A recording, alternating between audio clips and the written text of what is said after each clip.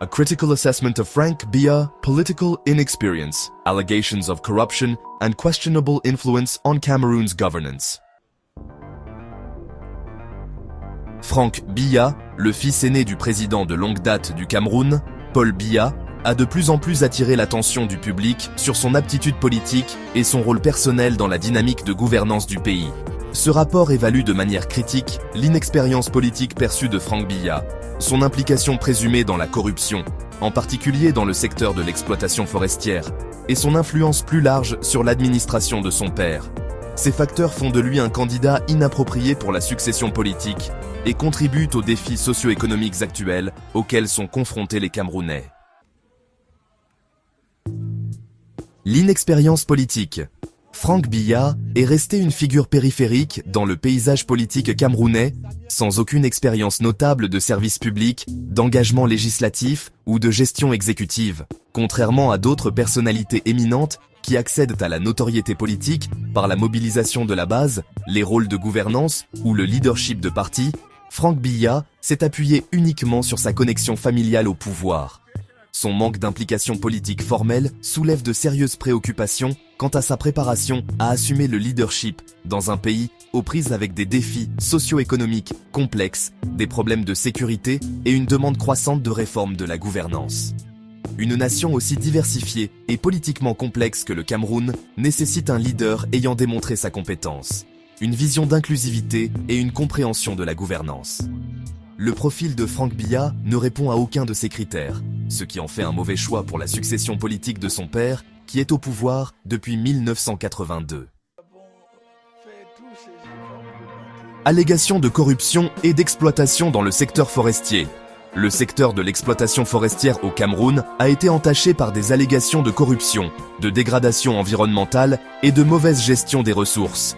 Frank Biya a été impliqué dans des controverses entourant l'attribution de concessions forestières, qui ont souvent favorisé des individus et des entités liées à la famille Biya. En 2020, des rapports ont fait surface alléguant que des entreprises liées à Frank Biya avaient obtenu des contrats de coupe de bois lucratifs sans surveillance adéquate, contribuant à la déforestation et à la marginalisation des communautés locales dépendantes de ces forêts pour leur subsistance.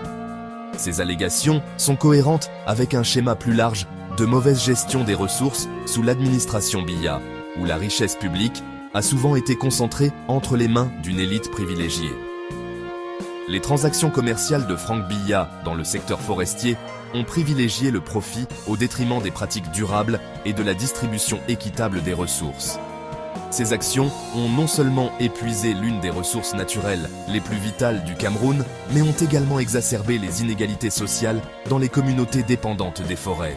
La concentration de la richesse et de l'influence entre les mains de quelques privilégiés sape les efforts visant à promouvoir la transparence et la responsabilité dans la gouvernance. De telles allégations ternissent la crédibilité de Frank Biya et soulignent son inaptitude au leadership politique. Un leader doit inspirer confiance et incarner l'intégrité, des qualités qui sont notablement absentes à la suite de ces accusations. Influence sur le leadership de Paul Biya. En tant que fils mûr du président Paul Biya, le rôle de conseiller de Frank Biya auprès de son père a également été critiqué. Les observateurs ont noté que son influence se manifeste souvent dans des décisions qui servent des intérêts personnels ou élitistes, plutôt que les besoins plus larges de la population camerounaise. Notamment, la stagnation des réformes économiques, l'aggravation des inefficacités de la gouvernance et la dissidence publique croissante peuvent être partiellement attribuées au rôle de Frank Biya en tant que conseiller informel. Un exemple spécifique inclut l'élection présidentielle de 2018, où la décision de Paul Biya de continuer à gouverner malgré les appels à la retraite et à la réforme est censée avoir été influencée par des membres proches de la famille, y compris Frank. De telles décisions perpétuent la stagnation des politiques, la mauvaise gestion économique et une déconnexion entre le gouvernement et ses citoyens. Il y a ceux qui soutiennent que Frank Biya n'a aucune influence sur son père. Cependant, nous savons que chaque parent prêtera attention à ce que son fils adulte lui dit, sauf si le fils démontre des qualités extrêmement médiocres pour attirer l'intérêt de son père. Il y a deux hypothèses ici, mais les deux conduisent au même résultat. Soit Frank est un tel inadapté aux yeux de son père, qu'il ne considère pas que quelque chose de bon puisse sortir de lui, soit les conseils de Franck à son père ont été si calamiteux toutes ces années, avec pour résultat une mauvaise gouvernance ravageant le pays.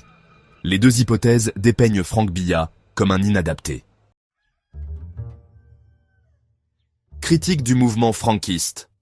Ces dernières années, les partisans de Franck Billat se sont rassemblés sous la bannière du mouvement franquiste, une plateforme politique prônant sa succession. Ce mouvement a été critiqué pour promouvoir une politique dynastique, qui sape les principes de la démocratie et de la méritocratie. Les partisans du mouvement franquiste soutiennent que les liens familiaux de Franck Billat avec la présidence et la stabilité perçue font de lui un candidat approprié. Cependant, ce raisonnement ne tient pas compte de son manque de qualification, de son inexpérience politique et de son parcours controversé. Le mouvement franquiste reflète également une culture enracinée de patronage et de loyauté envers des individus plutôt qu'envers des institutions. En approuvant une continuation de la dynastie Billat, ce mouvement ignore les aspirations des Camerounais pour un leadership responsable et progressiste. La promotion d'une telle plateforme dans un pays en proie à la pauvreté, au chômage et à la corruption systémique éloigne encore plus les citoyens du processus politique. Impact sur les Camerounais. L'effet combiné de l'inexpérience de Franck Billat, des allégations de corruption et de son influence douteuse sur l'administration de son père est une crise de gouvernance caractérisée par l'inefficacité et l'iniquité. Les Camerounais font face à un chômage croissant, à une dégradation des services publics et à une désillusion généralisée envers un système politique perçu comme égoïste et déconnecté. Les scandales forestiers, par exemple, ont privé les communautés locales de moyens de subsistance et aggravé la dégradation environnementale, ajoutant au fardeau économique des citoyens ordinaires. Les contributions de Franck Billat à cet état de choses le disqualifient davantage en tant que successeur crédible de son père. Il est clairement inadapté à la gouvernance. Quelqu'un dont les conseils à son père ont contribué à piller le pays.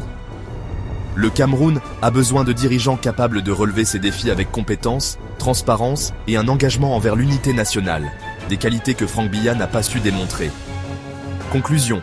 Le manque d'exposition politique de Franck Billat, son implication dans des scandales de corruption et son influence néfaste sur le leadership de son père font de lui un candidat inapte à la succession politique. Ses actions et sa réputation non seulement sapent la confiance du public, mais aggravent également les difficultés socio-économiques auxquelles sont confrontés les Camerounais.